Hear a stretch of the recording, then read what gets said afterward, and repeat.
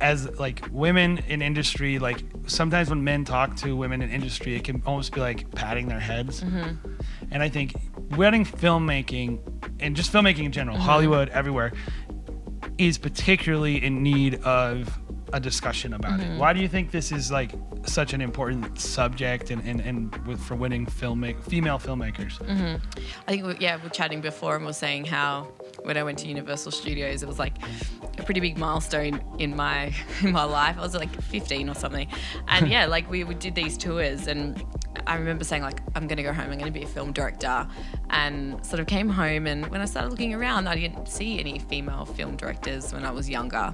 And so I think it is just about getting more women into the industry, and them having that opportunity, because I watched a documentary on this, and in the documentary she said it's completely acceptable for a male to produce mediocre work in filmmaking, but it's not acceptable for a female to produce mediocre work. And so if you have two short films that are mediocre and one is directed by a female and one's directed by a male, it's less accepted for the female.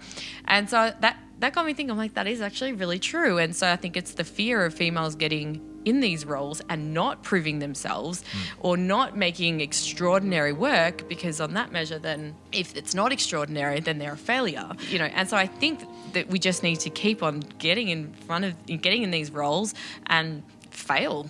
Because we all fail. Like, does not matter about your gender.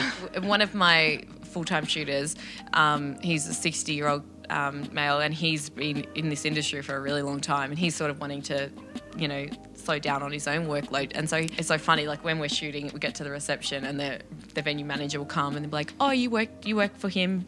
And I was like, actually people do the same thing with me and him. He's taller than me, so. Right, okay. Well, I always say, no, actually, we work together. Like, that's always what I say, because he doesn't work for me, we work together.